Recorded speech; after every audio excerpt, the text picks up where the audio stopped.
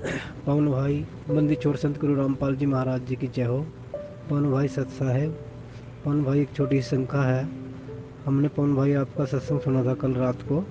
एक भगत से आप सत्संग कर रहे थे, उस भगत ने एक सवाल पूछा था आपसे। वो सवाल था, भगत जी जैसे कनक में हम दवाई रखते हैं और वो रखनी नहीं है हमने, पर पवन भाई हम एक ज़िम्मेदार के पास लगे हुए हैं, तो हमें ज़िम्मेदार कहता है भाई दवाई रख दो, हमें रखनी पड़ती है। और खेत में जैसे कीड़े कीड़े मकोड़े का जो भी हम सपरा करते हैं दवाई का, वो भी हम करते हैं। तो पवन भाई थोड़ा समस्या का समाधान बताइए, क्या करना होगा हमें। बड़ी मुश्किल से परमात्मा की कृपा हुई है हम पे, कोई ऐसी भूल चूक ना हो जाए जिससे हमसे परमात्मा दूर हो जाए, कोई ऐसी गलती ना कर बैठे। बड़ी मुश्किल से तो परमात्मा की दया हुई है पवन भाई, थोड़ा इस बात का समाधान दें हमें। हम थोड़ा आगे फिर अपना कुछ सोचें या कुछ फिर अपना विचार करें, भी गिरनी नहीं करनी है, कुछ बताएं भगन पवन भाई। सच है पवन भाई। बंदी छोड़ सतगुरु रामपाल जी महाराज जी की जय हो। सतसाई भगत जी, देखिए बड़े भैया, आपने जो सवाल किया है उसका जवाब तो परमेश्वर दास को निमित्त बनवा के आप जी को दिलवा देंगे, लेकिन उस जवाब के ऊपर अमल करना, उस जवाब को मानना या ना मानना, वो आपके अपने ज्ञान आधार के ऊपर निर्भर करता है। और दास ने पहले भी जिक्र किया था परमेश्वर के ज्ञान आधार से कि इस भक्ति मार्ग में केवल वही नियम नहीं है जो नियम हमें नाम दीक्षा के समय दिए जाते हैं। जैसे प्रथम नाम के समय परमेश्वर हमें 11 नियम देते हैं, सतनाम के बाद हमें 34 नियम दिए जाते हैं। तो इस भक्ति मार्ग में केवल यही नियम नहीं है। इस भक्ति मार्ग में जब आप ज्ञान की गहराई में जाओगे और परमेश्वर के द्वारा कहे गए सत्संगों पे, उनके वचनों पे जब अमल करना शुरू करोगे तो आपको कदम कदम पे एक नया नियम दिखाई देगा, एक नया नियम आपको दिखाई देगा इस भक्ति मार्ग पे। और आपने जो सवाल किया है वो आपने क्यों किया? वो आपने इसलिए किया क्योंकि परमेश्वर की सत भक्ति अपनाने के बाद आपकी आत्मा ने आपको चेताया कि भाई अपनी रोजी रोटी के लिए, अपने स्वार्थ के लिए आप किसी की हत्या नहीं कर सकते, आप जीवों की हत्या नहीं कर सकते, अपने स्वार्थ के लिए। तो भगत जी, इसका जो समाधान है, इसका समाधान यही है कि जिस व्यक्ति को परम पूज्य सतगुरु रामपाल जी महाराज जी का ज्ञान हो जाएगा और जो उनके तत्व ज्ञान को ध्यान से सुनता है, गहराई से सुनता है, तो उस तत्व ज्ञान में परमेश्वर ने बताया कि एक भगत को अपने गुरुदेव से क्या मांगना चाहिए। सबसे पहले तो भगत को अपने गुरुदेव से यही मांगना चाहिए कि भक्ति दान मोहे दीजियो देवन के देवा हो। सबसे पहले तो भगत ने हमेशा अपने परमेश्वर से, अपने सतगुरु से केवल भक्ति ही मांगनी चाहिए कि हे परमेश्वर, दास को इस काल लोक में भक्ति करवा देना मालिक, दास को मर्यादाओं में रखना परमात्मा, हर समय दास के शीश पे अपना पंजा बनाए रखना परमात्मा। ये भव सागर है, यहाँ बहुत गहरा उलझेड़ा है परमात्मा, आपकी विशेष रजा के बिना यहाँ से जीव का निकलना तो बहुत दूर की बात है, इस भक्ति पे 2 कदम चलना भी दूभर है। तो परमेश्वर आप अपने दास पे विशेष अपनी मेहर रखना। और उसके बाद भगत क्या मांगेगा?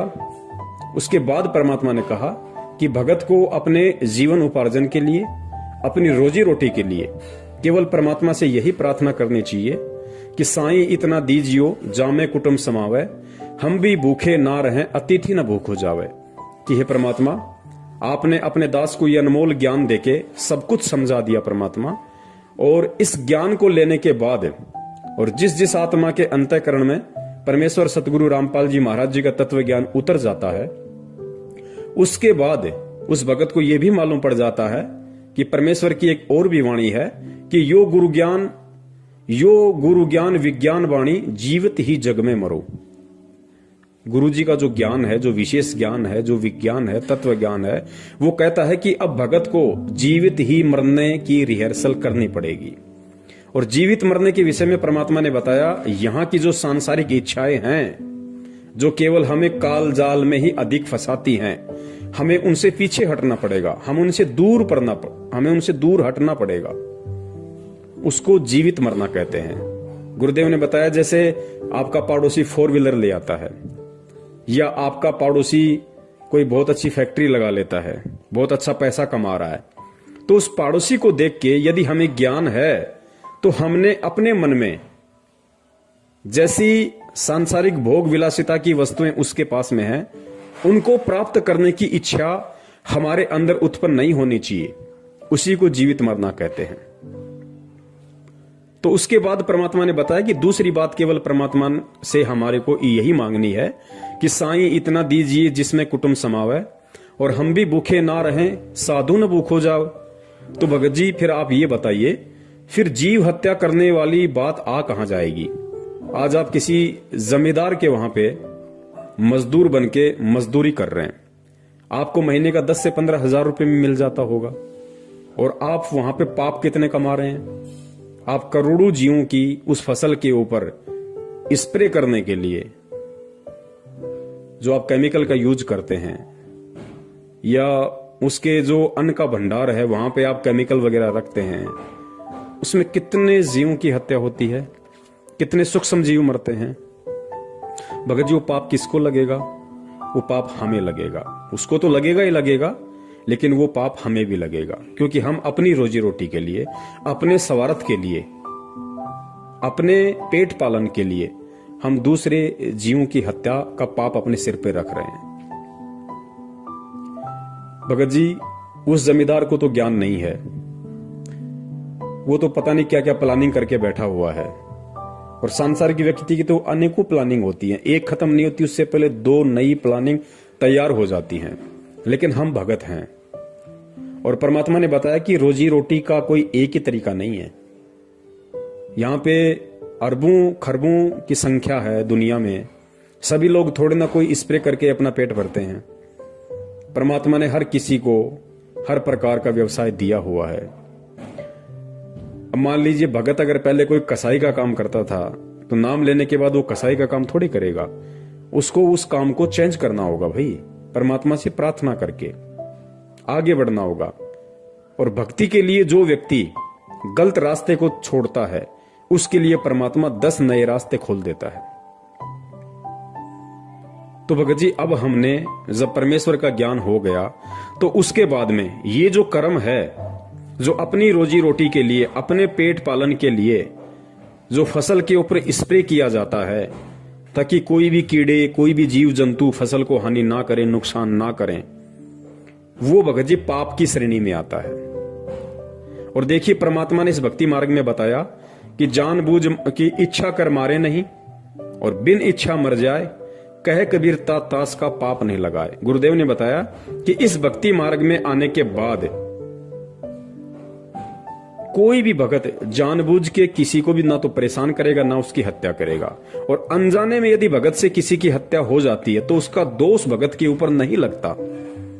हालांकि गीता जी का ज्ञान बहुत ही अटल है, और गीता जी के ज्ञान में कहा गया है कि जीव जैसा कर्म करता है वैसा उसको उसका भोग भोगना पड़ता है।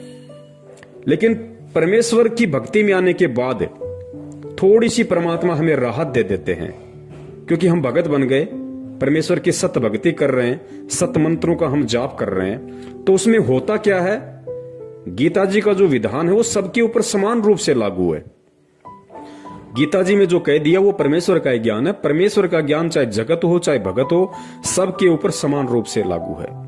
अब गीता जी में कहा गया है कि जो जैसा करेगा वैसा अपना भोगेगा, वैसा ही अच्छा करेगा तो उसको अच्छा मिलेगा, बुरा करेगा तो उसको बुरा मिलेगा। भगत के ऊपर भी यही लागू है। लेकिन भगत को परमात्मा ने ऐड दे दी, राहत दे दी, भगत को परमात्मा ने समाधान दे दिया, पर भगत को परमात्मा ने सच्चा नाम दे दिया।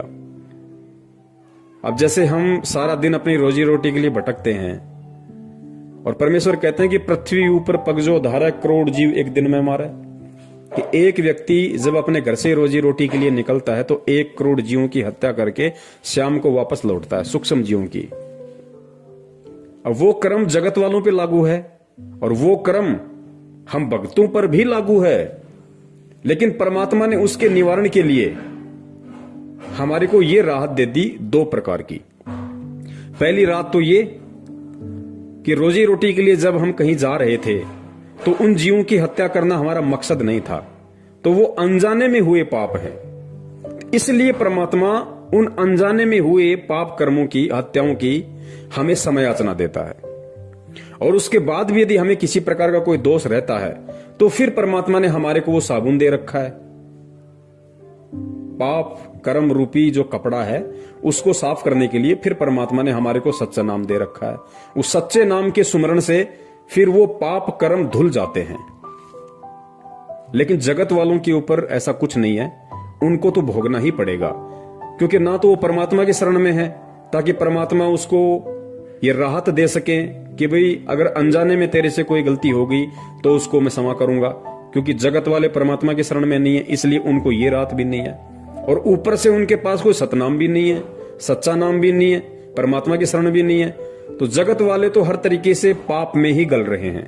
लेकिन हम भक्तों को परमात्मा ने अनजाने में हुए या धोखे से यदि हमारे साथ किसी ने कोई छलबल किया है तो उसका पाप कर्म हमारे ऊपर नहीं लगता है, ये परमेश्वर ने हमें राहत दे दी। लेकिन भगत जी, फसल के ऊपर जो स्प्रे किया जाता है कीड़ों को खत्म करने के लिए, जो फसल को नुकसान करते हैं उन कीड़ों को समाप्त करने के लिए जो फसल पे छिड़काव किया जाता है केमिकल का, भगत जी वो तो अनजाने की गलती नहीं है, वो तो जानबूझ के किया जा रहा है। और किया केवल इसलिए जा रहा है ताकि हम उन कीड़ों को समाप्त कर सकें। उन कीड़ों को जानबूझ के मारने के लिए वो स्प्रे किया जाता है ताकि फसल बर्बाद ना हो, फसल को किसी प्रकार का कोई नुकसान ना हो। तो भगत जी ये अनजाने की गलती नहीं है, ये जानबूझ के की जा रही गलती है। और भगत होने के बाद यदि जानबूझ के भगत गलती करेगा तो जिस प्रकार परमात्मा ने अनजाने की गलती के लिए भगत को माफ करने की बात कही है, उसी प्रकार इस भक्ति में आने के बाद में जानबूझकर की गई गलती की सजा भगत को जगत से कई गुना ज्यादा मिलती है। यह परमात्मा का विधान है। तो भाई हम ऐसे पंगे में पांव क्यों दें?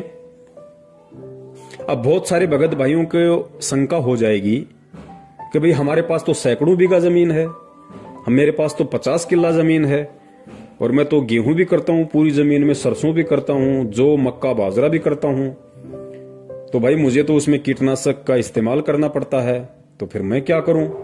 देखिए भगत जी, ये सतगुरु रामपाल जी महाराज जी की सत भक्ति है, और इस भक्ति में सबसे पहले हमने भगत बनना पड़ेगा, साधु बनना पड़ेगा।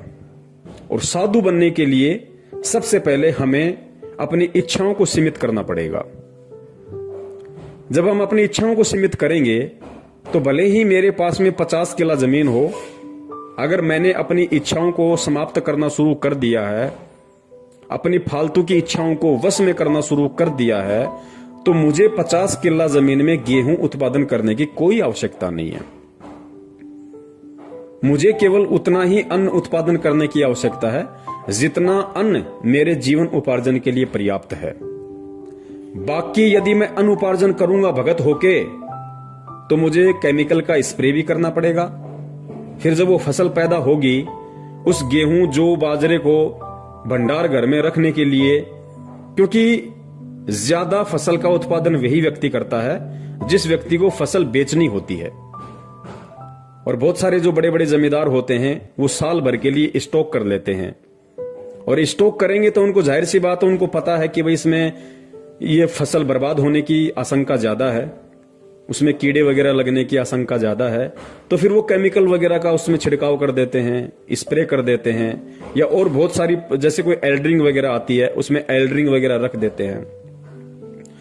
तो भगत जी, भगत होके अब हमने ये नहीं करना है, और जितनी हमारे को जीवन उपार्जन के लिए अन्न उत्पादन करना आवश्यक है, अब हमने केवल उतना ही अन्न उत्पादन करना है। भले ही मैं भगत हूं और मेरे पास में 50 किला जमीन है, और मेरा साल भर का काम यदि 5 किला जमीन के गेहूं से चल रहा है तो मुझे 5 किलो गेहूं जमीन में ही गेहूं उत्पादन करना है।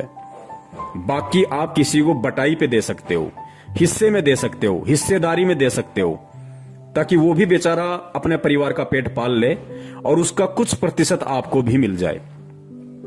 और वो आप परमेश्वर के धर्म भंडारे में लगा दो, आप परमेश्वर को दान रूप में दे दो, तो आपके ऊपर भी भार नहीं रहेगा।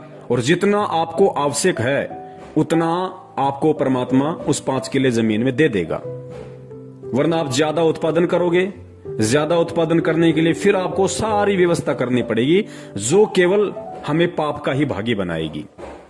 और दूसरी बात भगत जी, अब हम परमात्मा के भगत हैं, परमात्मा के बच्चे हैं, और अब भी यदि हम इन चीजों की इच्छा लेके यदि हम इस तरीके से संचय करेंगे तो भगत जी फिर हम कहीं ना कहीं हम परमात्मा की मर्यादाओं से दूर हैं। हम अभी भगवान को और भक्ति को नहीं समझ पाए हैं। वरना गुरुदेव ने कबीर सागर का सरलार्थ पेज नंबर 83, पेज नंबर 83 को आप ध्यान से पढ़ना भगत जी, क्योंकि ये कमी हमारी सत्संगों को ना सुनने की है। पेज नंबर 83 पे काल ने परमात्मा को कहा था, काल ने कहा कि उस समय से पहले, यानी जब परमेश्वर ने काल को कहा कि भाई तू कितने ही जोर लगा लेना, तू कितनी ही ताकत लगा लेना, कलयुग की बिचली पीढ़ी में मैं जाऊंगा, अपने बच्चों को सत ज्ञान दूंगा, सत भक्ति दूंगा और उनको समझा बुझाकर अपने निज लोक सतलोक लेकर जाऊंगा। तो काल ने परमात्मा से फिर क्या कहा? काल ने कहा कि उस समय से पहले मैं पूरी पृथ्वी के ऊपर शास्त्र विधि त्याग कर मनमाना आचरण करवाकर शास्त्र विरुद्ध ज्ञान बताकर झूठे नाम तथा गलत साधना से अभ्यस्त कर दूंगा। जब 13वां अंश आकर सत्य कबीर पंथ चलाएगा, उसकी बात पर कोई विश्वास नहीं करेगा, उल्टे उसके साथ झगड़ा करेंगे। कबीर जी को पता था कि जब कलयुग के 5505 वर्ष पूरे होंगे सन 1997 में, तब शिक्षा की क्रांति लाई जाएगी, सर्व मानव अक्षर ज्ञान युक्त किया जाएगा। उस समय मेरा दास सर्व धार्मिक ग्रंथों को ठीक से समझकर मानव समाज के रूबरू करेगा।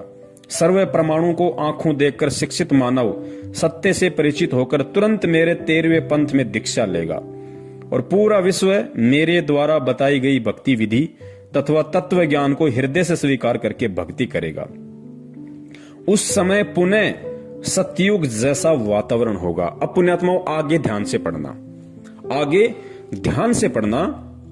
परमेश्वर ने कहा कि जब 13वें पंथ में मेरे से कोई भी आत्मा नाम दीक्षित होगी, अर्थात जब से परमात्मा सन 1994 से नाम दीक्षा दे रहे हैं, जब से 13वां पंथ चला है सन 1994 से, उसके बाद सतगुरु रामपाल जी महाराज जी से जो भी भगत भाई बहन नाम दीक्षित होंगे और 13वें पंथ में आ जाएंगे, उनकी शरण ग्रहण कर लेंगे, उसके बाद उस भगत के लिए परमात्मा ने क्या बताया कि वो कैसे भगत होंगे, कैसा उनका रहन सहन होगा। देखिए ध्यान से पढ़िए। आपसी राग द्वेष, चोरी जारी, लूट ठगी कोई नहीं करेगा। परमात्मा कहते हैं कि 13वें पंथ में आने के बाद, अर्थात सतगुरु रामपाल जी महाराज जी से नाम दीक्षा लेने के बाद क्या होगा? कोई भी भगत आपसी राग द्वेष नहीं करेगा, चोरी जारी नहीं करेगा, लूट ठगी कोई नहीं करेगा, कोई धन संग्रह नहीं करेगा। पुण्यात्मा ध्यान से पढ़ना एक एक शब्द को। कोई भी धन संग्रह नहीं करेगा, भक्ति को अधिक महत्व दिया जाएगा। जैसे उस समय उस व्यक्ति को महान माना जा रहा होगा, कौन से समय? सन 1994 से पहले या सन 1994 के बाद जो व्यक्ति सतगुरु की शरण से दूर होगा, उन व्यक्तियों के विषय में कहा जा रहा है, उनको क्या माना जाएगा? जैसे उस समय उस व्यक्ति को महान माना जा रहा होगा जिसके पास अधिक धन होगा, बड़ा व्यवसाय होगा, बड़ी बड़ी कोठियां बना रखी होंगी। परंतु 13वें पंथ के प्रारंभ होने के पश्चात, अर्थात सन 1994 में सतगुरु रामपाल जी महाराज जी से नाम दीक्षा लेने के बाद, परंतु 13वें पंथ के प्रारंभ होने के पश्चात उन व्यक्तियों को मूर्ख माना जाएगा। पुण्यात्माओं ध्यान से सुनना इस बात को कि सन 1994 के बाद, अर्थात सतगुरु रामपाल जी महाराज जी से नाम दीक्षा लेने के बाद, उनके इस सत कबीर पंथ से में दीक्षित होने के बाद, इस सत कबीर पंथ रूपी यूनिवर्सिटी में एडमिशन लेने के बाद किस व्यक्ति को, किस भगत को मूर्ख माना जाएगा? परंतु 13वें पंथ के प्रारंभ होने के पश्चात उन व्यक्तियों को मूर्ख माना जाएगा, और जो भक्ति करेंगे गुरुजी क्या कह रहे हैं कि 13वें पंथ के प्रारंभ होने के बाद उन सभी व्यक्तियों को मूर्ख माना जाएगा जो व्यक्ति आज जैसे हम समाज में देख रहे हैं कि बहुत बड़ा पैसे वाला है, जिसके पास बड़ी बड़ी कोठी हैं, कारें हैं, बहुत बड़ा जमींदार है, पैसे वाला है, आज उनको महान माना जाता है। अज्ञानता के चलते उनका सम्मान किया जाता है। तो परमात्मा यह कह रहे हैं कि 13वें पंथ से पहले तो इन व्यक्तियों को महान माना जाएगा, परंतु 13वें पंथ के प्रारंभ होने के पश्चात उन व्यक्तियों को मूर्ख माना जाएगा। पुण्यात्माओं, परमेश्वर ने स्पष्ट कर दिया कि 13वें पंथ के प्रारंभ होने के बाद में जब भगत को ज्ञान हो जाएगा तो उन व्यक्तियों को मूर्ख माना जाएगा, और जो भक्ति करेंगे सामान्य मकान बनाकर रहेंगे, उनको महान, बड़े और सम्मानित व्यक्ति माना जाएगा। अर्थात आने वाले समय में केवल उसी भगत को आदर सम्मान की दृष्टि से देखा जाएगा और वही व्यक्ति महान माना जाएगा, बड़ा माना जाएगा, जो व्यक्ति सामान्य मकान बनाकर रहेगा, सामान्य तरीके से अपनी रोजी रोटी के लिए अपना काम धंधा करेगा, ना कोई बड़ी कोठी बनाएगा, ना कोई बड़े बड़े 4 व्हीलर गाड़ियां लेके आएगा दिखावे के लिए। आवश्यकता अनुसार तो कुछ भी हो, लेकिन दिखावे के लिए आवश्यकता से अधिक यदि संग्रह करेगा, गुरुदेव कहते हैं उसको मूर्ख माना जाएगा। और जो भगत साधारण तरीके से चलेगा, सामान्य मकान बना के रहेगा, उसको महान, बड़ा और सम्मानित व्यक्ति माना जाएगा। तो पुण्यात्माओं, अब आप बता दीजिए, क्योंकि ज्यादा अनाज वही व्यक्ति, वही भगत पैदा करेगा जो उसको मार्केट में बेचना चाहेगा, और मार्केट में वो भगत उसको उसी समय बेचेगा जब उसका दाम मार्केट में बढ़ जाएगा। जब मार्केट में उस अनाज की डिमांड बढ़ जाएगी और उसका पैसा ऊंचा होगा, तभी वो भगत या व्यक्ति अपने भंडार घर से उस जमा किए गए अनाज को मंडी में लेके जाएगा, अनाज मंडी में लेके जाएगा।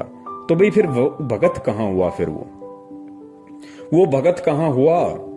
फिर उसको कितने पाप कर्म अपने सिर पर लादने पड़ेंगे? फिर वो परमात्मा की वाणी पे कहां चला? अगर वो भगत है तो उसको इतना जोड़ जुगाड़ करने की जरूरत ही नहीं, क्योंकि भगत तो परमात्मा से यही मांगेगा, और भगत के लिए परमात्मा ने यही बताया कि साईं इतना दीजियो जिसमें कुटुंब समावे, हम भी भूखे ना रहें साधु न भूखा जावे। तो 100 किल्ला जमीन में फिर उस भगत को अनाज पैदा करने की जरूरत कहां पड़ गई? फिर 100 किल्ला जमीन में अनाज पैदा करते समय उसको स्प्रे करने की जरूरत कहां पड़ गई? फिर उसको उस अनाज को भंडार घर में जमा करने की जरूरत कहां पड़ गई? फिर उसको ऊंचे दाम होने पे अनाज मंडी में बेचने की जरूरत कहां पड़ गई? और जब वो उस अनाज को बेचेगा, लाखों में जब पैसा उसके घर में आएगा, फिर उस पैसे का क्या करेगा? वो क्या करेगा? अरे रोजी रोटी के लिए तो उसको 1 साल में 12 बोरी बहुत है, उसको 12 क्विंटल अनाज बहुत है उस व्यक्ति को। बाकी का अनाज उसने किस लिए पैदा किया? सिर्फ और सिर्फ पैसा कमाने के लिए, धन कमाने के लिए। वो धन जब उसके घर में आएगा, फिर वो क्या करेगा? वो फालतू के नाटक करेगा, देखा देखी गाड़ी लाएगा, एक कोठी उस लड़के को बना के देगा, एक कोठी दूसरे लड़के को बना के देगा। क्या करेगा वो? उसका कोई रिश्तेदार उससे उधार ले जाएगा 5-10 लाख रुपए, समय पे नहीं देगा तो फिर उसके टेंशन शुरू हो जाएगी, 2 साल तक नहीं दिए फिर झगड़ा शुरू हो जाएगा, फिर केस मुकदमा शुरू हो जाएगा। और परमेश्वर कहते हैं कि भाई नौका में पानी बढ़े और घर में बढ़ जा दाम, दोनों हाथ उलटियो यो ही शाणु काम। परमात्मा तो कहते हैं कि भैया इसका संचय करना ही नहीं हमें। हम भगत हैं तो हमने बिल्कुल सादा तरीके से, साधारण तरीके से हमने रहना पड़ेगा, हमने चलना पड़ेगा इस भक्ति मार्ग पे। तो क्यों हम ये सिर पे अपना बोझ धरें? तो बड़े भाई, यदि आप किसी बड़े जमींदार के यहां पे काम कर रहे हैं, मजदूरी कर रहे हैं, तो आपको ये कोई अधिकार नहीं है कि आप अपनी रोजी रोटी के लिए और करोड़ों जीवों की स्प्रे करके हत्या करें। भगत जी, आपको विश्वास होना चाहिए, आप परमात्मा के भगत हैं, आप परमात्मा के बच्चे हैं, और अब आपको विश्वास हो जाना चाहिए कि जिस परमात्मा ने जन्म लेने से पहले मां के गर्भ में 9 महीने तक मुझे आहार खिलाया, मुझे अमी महारस खिलाया, वहां भी परमात्मा ने मेरा पेट पालन किया। और जैसे मां के गर्भ से बाहर आया तो परमात्मा ने जिन मां के स्तनों में दूध का टपका नहीं था, परमात्मा ने वो भी खोल दिए। और फिर जब हमारे दांत आना शुरू हुए, हम रोटी खाने के लायक हुए, तो परमात्मा ने माता पिता के थ्रू उन्होंने हमारी परवरिश की। और जब समझदार हो गए तो परमात्मा ने हमें काम धंधा दिया। तो भगत जी, फिर हमें आज टेंशन क्यों है? आज तो हम सीधे परमात्मा की शरण में हैं, हम सीधे सतगुरु की शरण में हैं। और हमें विश्वास होना चाहिए कि जिस सतगुरु ने, जिस पूर्ण परमेश्वर ने सतगुरु रूप में आके संत रामपाल जी महाराज जी के रूप में प्रकट होके मुझे भक्ति दी, मुझे भजन दिया, जिस परमात्मा ने मुझे भजन दिया वो मुझे भोजन क्यों नहीं देगा? मुझे अवश्य भोजन देगा। भोजन की व्यवस्था भी वो ही करेगा। लेकिन उसके लिए अब हमने भगत जी इस तरह के उल्टे काम धंधे नहीं करने हैं, या ऐसा कोई भी काम नहीं करना जिसमें परमात्मा की मर्यादाओं का हनन होता हो, परमात्मा का विधान टूटता हो। अब यहां पे कुछ भगत भाई उनको और शंका हो जाएगी कि भगत जी हमारे थोड़ी जमीन ज्यादा है, या हमारी जमीन तो ऐसी है, उसमें जब तक हम यदि कीटनाशक का छिड़काव ना करें, यदि हम जब बीज की बिजाई करते हैं तो बिजाई के समय हमने उसमें केमिकल लगाना पड़ता है, एल्ड्रिंग लगानी पड़ती है, ताकि जब वो जमीन में हम बीज डालेंगे ट्रैक्टर के माध्यम से, हल के माध्यम से, तो उसको कीड़े ना लग जाएं। भगत जी अब हमने ये परंपरागत तौर तरीके नहीं अपनाने जगत वाले। जगत के लिए तो ठीक नहीं कह सकते, लेकिन उनको ज्ञान नहीं है इसलिए वो लोग कर रहे हैं। लेकिन हम भगत हैं, अब हमने भगत जी बीज बिजाई के समय हमने किसी भी प्रकार के केमिकल का इस्तेमाल नहीं करना है, ये सोच के कि इससे फसल में कीड़ा नहीं लगेगा। भगत जी देखिए, दास को अच्छे से पता है, दास भी एक किसान परिवार से है। जब हमारे माता पिता खेत में बिजाई वगैरह करते थे बीज की ट्रैक्टर के माध्यम से, तो वो क्या करते थे कि जैसे बीज लेके आए महंगा, और फिर साथ में एक 100 ग्राम की एक एल्ड्रिंग बोला करते थे उसको, एक केमिकल का डब्बा लाते थे, उसको छुपा के रखते थे किसी बच्चे के हाथ न लग जाए, क्योंकि जहर होता है। और जो बीज होता था जमीन में डालने वाला, उस बीज में उसको मिला दिया करते थे अच्छे से मिक्सिंग करके, फिर उसको ट्रैक्टर के माध्यम से जमीन में उसकी बिजाई की जाती थी, ताकि जमीन में कीड़ा ना लगे, उसको अन्न को, उस बीज को कीड़ा ना लगे। और भगत जी जब ट्रैक्टर के माध्यम से वो जमीन में बीजा जाता था, तो बहुत सारे प्रकार के जैसे बगुले होते हैं, चिड़ियां होती हैं, ये उस बीज को खाने के लिए, या जैसे ही कोई कीड़े मकोड़े हल चलते समय ऊपर आ जाते थे, उनको खाने के लिए वो पीछे पीछे चलते रहते थे। और जब किसी चिड़िया या बगुले के मुंह में वो एल्ड्रिंक लगा हुआ, वो जहर लगा हुआ अन्न उसके मुंह में आ जाता था, उसको खा लेता था, भगत जी कुछ ही देर के बाद में वो तड़प तड़प के मरता था। तो भगत जी वो दोष किसको लग रहा? हम क्यों ऐसे पंगे में पांव देंगे? अब जगत वाला तो कर सकता है, लेकिन भगत नहीं कर सकता। अब हम भगत हैं, अब हमारे को भगवान पे विश्वास करना पड़ेगा।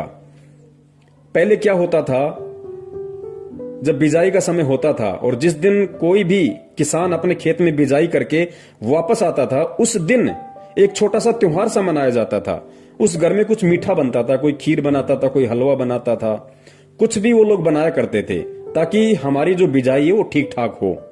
भगत जी अब भी हमने वही करना है, लेकिन थोड़ा सा तरीका चेंज कर देना है। आज जब भी हम, कोई भी किसान भाई है, अपने खेत में जब वो बिजाई के लिए जाता है, तो उसने किसी भी प्रकार के एल्ड्रिंग का और केमिकल का प्रयोग बिल्कुल नहीं करना है। ये जीव हत्या में आएगा, ये हमको दोष लगेगा। जब तक नहीं पता था हम कर रहे थे, वो एक बात अलग थी, लेकिन भगत जी अब हम ये नहीं कर सकते। अब हम उस तरीके को चेंज करेंगे, क्योंकि हम सतगुरु की शरण में हैं और धरती पे भगवान है। क्या नहीं कर देगा परमात्मा? जब उस परमात्मा ने धना भगत के, और इतना बता दिया परमात्मा ने कि धना भगत ने एक दिखावे के लिए और कंकर पत्थर इकट्ठे करके और खेत में बीज दिए, और परमात्मा ने उस कंकर पत्थर से तुम्बे खड़े कर दिए, और तुम्बों के अंदर, जो कि अविश्वसनीय, कोई नहीं कर सकता, दुनिया की कोई साइंस नहीं कर सकती, परमात्मा ने उन तुम्बों के अंदर ज्वार पैदा कर दी, अन्न पैदा कर दिया। भगत जी आज भी तो वही परमात्मा धरती पे है, और विश्वास तो हमें धना भगत से ज्यादा होना चाहिए, क्योंकि धना भगत तो उस समय परमात्मा की शरण में भी नहीं था। उसके तो पिछले जन्म के कोई भक्ति पुण्य संस्कार थे, जिस आधार से परमात्मा ने उसके कंकर को ज्वार बना दिया। और आज हम तो डायरेक्ट सतगुरु की शरण में हैं, उस भगवान के शरण में हैं। आज क्या वो परमात्मा बिना केमिकल के हमारी फसल को नहीं उपजा देगा? लेकिन भगत जी हमें विश्वास नहीं है। अब जो मेरे किसान भाई हैं, जो भगत भाई हैं, जो किसान है, अब वो तरीका चेंज कर दें और भगवान पे विश्वास करना शुरू करें। फिर कब करेंगे भाई? आप जब भी अपने खेत में बिजाई के लिए जाओ, भगत जी, अपने घर पे आपने जो दरबार बना रखा है परमात्मा का, भगत जी उस बीज को वहां रखो, मालिक के वहां दरबार पे, परमात्मा के चरणों में रखो उस बीज को नीचे दरबार के, और परमेश्वर से अरदास करो कि हे परमपिता परमेश्वर, आपका दास आपके ज्ञान आधार पे चलते हुए, परमात्मा मैं जीव हूं, मैं नादान हूं, हालांकि मुझे इतना विश्वास नहीं है क्योंकि वर्षों से मैं इसी विधि से ये जहर लगा लगा के जमीन में बीज डाल रहा हूं, लेकिन परमात्मा अब मुझे आपके विधान का पता चल रहा है और मैं आप पे विश्वास करते हुए मेरे परमपिता परमात्मा अब आपका दास खेत में बिजाई के लिए जा रहा है, और परमात्मा आपका दास आपके चरण कमलों में ज्योति हवन का संकल्प करता है। परमेश्वर अपने दास के इस ज्योति हवन को स्वीकार करें, और परमात्मा आप जी दया करना, आपके दास की जीवन उपार्जन के लिए इतना अन्न हो जाए परमात्मा, जिससे दास का जो परिवार है उसका पेट पालन हो जाए और आपकी भक्ति में किसी भी प्रकार की कोई बाधा उत्पन्न ना हो। और परमात्मा मैं अब उन परंपरागत तौर तरीकों को, उन दुनिया वालों की देखा देखी, अब मैं जीव हत्या नहीं कर सकता। मैं अच्छी फसल की पैदावार के लिए या इस बीज में किसी प्रकार का कोई कीड़ा ना लगे, उसके लिए परमात्मा मैं अब बिल्कुल भी केमिकल का इस्तेमाल नहीं करूंगा। मैं बिल्कुल भी जीव हत्या का जो पाप लगता है मैं उसका दोषी नहीं बनना चाहता। परमात्मा दास की ज्योति को स्वीकार करें, और परमात्मा जैसी आपकी इच्छा होगी, आपका दास आपके भरोसे परमात्मा बीज बिजाई के लिए जा रहा है। पुण्यात्मा आप विश्वास तो करके देखो परमात्मा पे, धरती पे भगवान है और आप तो भगवान की शरण में हो डायरेक्ट। परमात्मा क्या से क्या नहीं कर देगा। जब बिना परमात्मा की शरण के धना भगत के कंकर को परमात्मा ने तुम्बा बना के ज्वार पैदा कर दी, तो क्या तुम्हारे खेत में परमात्मा कुछ नहीं कर देगा? लेकिन हमें धना भगत के उतना विश्वास नहीं है। और परमात्मा कहते हैं, कहे कबीर सुनो भाई साधो, मैं तो हूं विश्वास में। तो पुण्यात्माओं हमने विश्वास करना पड़ेगा, भगवान धरती पे है। हमने ये अपनी अंतरात्मा से, अपने हृदय से इस बात को स्वीकार करना पड़ेगा कि फिर परमात्मा क्या से क्या नहीं कर सकता। परमात्मा कुछ भी कर देगा क्योंकि वो कुछ भी करने में समर्थ है। पुण्यात्माओं ये परिवार हमारा नहीं है। इस परिवार के पेट पालन की चिंता हमें नहीं होनी चाहिए कि फसल नहीं होगी तो क्या होगा, कहां से लाऊंगा, कैसे खिलाऊंगा। पुण्यात्माओं गुरुदेव ने बताया कि तुम एक मजदूर बनके इन बच्चों की देखभाल करो, सेवा करो। ये बच्चे मेरे हैं, ये मेरी आत्माएं हैं, ये तेरा बेटा बेटी नहीं है, ये मेरा बेटा बेटी, और तू भी मेरा बेटा है। तू केवल मजदूरी कर एक सेवा के तौर पे, बाकी काम मेरा है। अरे जो परमात्मा तीनों लोकों में प्रवेश करके सभी जीव आत्माओं का धारण पोषण कर रहा है, पुण्यात्माओं जब हम उसकी डायरेक्ट शरण में हैं तो क्या हमारी नहीं करेगा? परमात्मा कहते हैं, पो पाटी पगड़ा भया और जागी जिया जून, और सब काहू को देत है वो चौथ समाना चून। अरे हम तो इतनी मेहनत करके, इतनी हत्या का दोष अपने सिर पे रख के हम लोग खेत में बिजाई करने जाते हैं, इतनी मेहनत करते हैं, इतना सब कुछ करते हैं, देखभाल करते हैं, और खाते क्या है? 2 रोटी सुबह 2 रोटी शाम को। और वो हाथी, पुण्यात्मा विचार करो वो क्या करता है? उसने कब खेत में फसल बोई? और जितना एक आदमी 1 महीने में नहीं खाता होगा उतना तो हाथी 1 दिन में खा जाता है। उसका भी तो परमात्मा पेट भर रहा है रोजाना। तो भाई हमें विश्वास करना पड़ेगा भगवान पे, फिर देखना परमात्मा का खेल। और फिर जो भगत होगा वो केवल इतना ही अन्न उत्पादन करेगा जितना उसके परिवार की, उसके कुटुंब की आवश्यकता होगी, और आवश्यकता के अनुसार करेगा तो उसको भंडार करने की जरूरत ही नहीं। वो सीधा सीधा अपने घर में 8-10 बोरी जो भी होंगी अपना रोजी रोटी के लिए अपना वो रख लेगा, और बाकी को अपना मार्केट में सेल कर देगा, नमक लूण मिर्ची के लिए या अन्य छोटी मोटी आवश्यकता की जो वस्तुएं हैं उसके लिए। यदि उसको अन्न कुछ बचता है तो उसके लिए वो अनाज मंडी में उसको सेल कर देगा, और साल भर का उसको जितना चाहिए उतना वो अपने घर पे रख लेगा। तो साल भर में अनाज का कुछ खराब होता नहीं है, तो हम उस पाप से भी बच गए। और परमात्मा की वाणी पे भी हम चल गए कि साईं इतना दीजिए जिसमें कुटुंब समाव, हम भी भूखे ना रहे अतीत न भूख हो जाए। तो ये तो था हमारे किसान भाइयों के लिए। और बाकी मेरे जैसे जो भाई बहन हैं, जो अपना रोज खाते हैं, रोज कमाते हैं, उनको तो किसी प्रकार की दिक्कत ही नहीं है ना उनको जमा करना, क्योंकि आटे का 5 या 10 किलो का एक कट्टा आता है, अपना ले आओ, 5 दिन में खत्म, फिर दूसरा ले आओ। तो हमें तो किसी प्रकार की दिक्कत ही नहीं है। तो किसान भाइयों को इस तरीके से इस भक्ति मार्ग पे अब परमेश्वर पे विश्वास करके और दुनिया वालों की देखा देखी फालतू की चीजों की इच्छा के लिए, या वैसे भी नादानी में जैसे दुनिया पहले जो सारे ये कर्म कर रही थी, एल्ड्रिंग लगा के, केमिकल लगा के बीज की बिजाई करना, फिर फसल के ऊपर स्प्रे करना।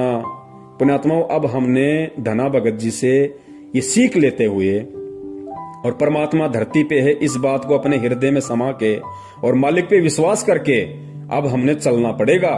फिर परमात्मा हमारे से दूर नहीं है, वो सब देख रहा है, वो सब देख रहा है। और परमात्मा कहते हैं साहिब से सब होता है, बंदे से कुछ नहीं। वो राई से पर्वत कर दे, फिर पर्वत से राई। जो परमात्मा पर्वत से राई और राई से पर्वत, मतलब परमात्मा 1 सेकंड में सब कुछ विध्वंस कर दे और अगले ही पल परमात्मा वैसा का वैसा कर दे, उसको कहते हैं राई से पर्वत और पर्वत से राई करना। तो पुण्यात्माओं, परमात्मा हमारे लिए फिर क्या कुछ नहीं कर सकता, और वो यहां पे हमारे लिए ही तो कुछ करने के लिए आया हुआ है। और किस लिए आया परमात्मा सतलोक छोड़ के? आप और हमारे लिए आया हुआ है। हमें वो भक्ति देने के लिए आया है, अपना विधान संविधान बताने के लिए आया है। उस संविधान पे हमारे को चलना कैसे है वो बताने के लिए आया है। और जब हम परमात्मा के हिसाब से चलेंगे, परमात्मा के संविधान पे चलेंगे, तो पुण्यात्माओं फिर परमात्मा क्या नहीं कर देगा? परमात्मा कुछ से कुछ भी कर देगा। तो अब हमने इन सब बातों का पुण्यात्माओं विशेष तौर से ध्यान रखना है। और दास केवल उतनी ही बात आप जियों को कहेगा जो बात परमेश्वर के ज्ञान आधार से है, और जिस बात पे दास खुद भी चलता है। दास केवल वही बात अपने वीडियो के माध्यम से भगत समाज को बताता है जो दास भी अमल करता है। वरना दास को भी परमात्मा के विधान का अच्छे से पता है कि करनी तज कथनी कथ है, अज्ञानी दिन रात, कुत्ते जू भोकत फिरे, सुनी सुनाई बात। तो मैं कुत्ते की शरण में आ जाऊंगा अगर मैं संगत को, मेरे भगत भाई बहनों को सलाह देता रहा, उनका समाधान करता रहा, और मैं खुद यदि उन पॉइंट्स पे अमल नहीं करूंगा, तो पुण्यात्मा फिर मैं कुत्ते की शरण में आ जाऊंगा, परमात्मा मुझे कभी माफ नहीं करेगा। इसलिए दास केवल उतनी ही बात बोलता है और वही सलाह अपने भगत भाई बहनों को देता है जो दास उन पे अमल करता है। अन्यथा दास को कोई अधिकार नहीं है किसी को कोई सलाह देने की। तो पुण्यात्माओं, अब हम भगत हैं और परमात्मा धरती पे है। अब हमने इस तरीके से चलना होगा। और भगत जी, ठीक है, आप किसी जमींदार के वहां पे काम कर रहे हैं, आप उसका ये सीजन तो निकालो, बीच में छोड़ोगे वो भी ठीक नहीं है, किसी को धोखा देना भी गलत है। लेकिन आप जब तक वहां पे काम कर रहे हो और आपके सामने ऐसी नौबत है, तो भगत जी ये सीजन तो आपने उसका निकालना पड़ेगा। और परमात्मा से आप जी प्रार्थना कर करके जब भी आप अपना वो करो, स्प्रे वगैरह कुछ भी आपको करना पड़े, तो अपना जो भी परमेश्वर का आपको नाम मिला हुआ है, आप परमेश्वर के नाम के साथ में और मंगलाचरण के साथ में आप जी ने परमात्मा से प्रार्थना करते हुए, समय याचना करते हुए आपने अपना वो कर्म करना है कि परमात्मा जैसे तैसे करके इसका ये सीजन निकल जाए, उसके बाद ये अपने मैं अपने। और परमेश्वर, मैं रोड पे ठेला लगा के अपना जीवन उपार्जन कर लूंगा, लेकिन इस पाप में पांव दोबारा नहीं दूंगा। तो भाई इस तरीके से हमने बचना पड़ेगा भगत जी, क्योंकि ये सब कुछ काल के दाव हैं। देखो, ऐसे उपाय वो व्यक्ति करता है जो भक्तिहीन है, जिसके पास में भक्ति नहीं है, जिसको भगवान पे विश्वास नहीं है, या जिसको बहुत सारी इच्छाएं जिसके अंदर हैं। तो भगत जी वो व्यक्ति इस तरह के काम किया करता है। और काल यही चाहता है, क्योंकि अभी परमात्मा ने पढ़वाया ना, काल ने कहा था कि उस समय तक तो मैं इन जीवों को भक्ति से इतना दूर कर दूंगा, भगवान से इतना दूर कर दूंगा कि जब 13वें पंथ में तेरा दास जाएगा तो कोई उसकी बात को स्वीकार भी नहीं करेगा। लेकिन भगत जी, अब हमने, चूंकि हम अगर भगत बने हैं, तो भगत जी हमने भगत बन के दिखाना पड़ेगा। हमने भगत के गुण, भगत के लक्षण अपने ऊपर धारण करके दिखाने पड़ेंगे। हमने काल को नीचा और सतगुरु का मस्तिष्क इस ज्ञान आधार से ऊंचा करके दिखाना पड़ेगा कि हम संत रामपाल जी महाराज जी के सच्चे भगत हैं, हम उनके सच्चे शिष्य हैं, ताकि काल को भी शर्म आ जाए कि वास्तव में जो परमेश्वर ने कहा था मेरे से, वो परमात्मा ने मेरी लाख कोशिशों के बावजूद भी कर दिखाया।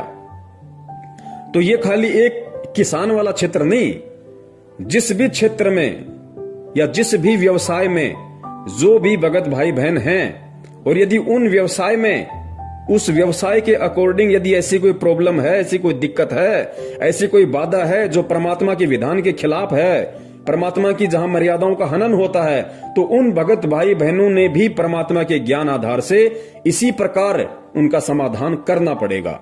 और हर स्थिति में अंततः उन बातों से दूर हटके और परमात्मा को प्रसन्न करना पड़ेगा, और ये दिखाना पड़ेगा परमेश्वर को कि परमेश्वर आपने हमें जो शिक्षा दी, आपने हमें जो भक्ति दी, और आप हमें जैसा बनाना चाह रहे हैं परमात्मा, हम भी उसके अकॉर्डिंग बनने की पूरी कोशिश कर रहे हैं। तो गुरुदेव कहते हैं जब इंसान खड़ा होके चलने लगता है तो परमात्मा पीछे से धक्का मार देता है, और जो मेरे जैसा नालायक घुटने टेक के बैठ गया उसको परमात्मा क्या जबरदस्ती खड़ा करेगा। तो भाई अगर हम भगत बने हैं तो हमने फिर भगत पूरा ही बनना है, कच्चा भगत नहीं बनना, फिर आधा अधूरा भगत नहीं बनना, परमात्मा को दुखी नहीं करना। क्योंकि हमारे राजस्थान में कहावत है कि भाई जब ओखली में सिर दे दिया तो फिर मूसल से क्या डरना। अरे जब ओखली में मुंह दे दिया फिर मूसल से क्या डरना। जब परमात्मा की भक्ति अपना ली, भगत बनने की जो प्रोसीजर है वो हमने शुरू कर दी, तो भाई भगत ही बन के दिखाना फिर, ताकि दुनिया भी याद रखे और दुनिया भी सोचने पे मजबूर हो जाए कि भाई अगर भगत हो तो संत रामपाल जी महाराज के जैसे हों। बंदी छोड़ सतगुरु रामपाल जी महाराज की जय हो। सत साहिब।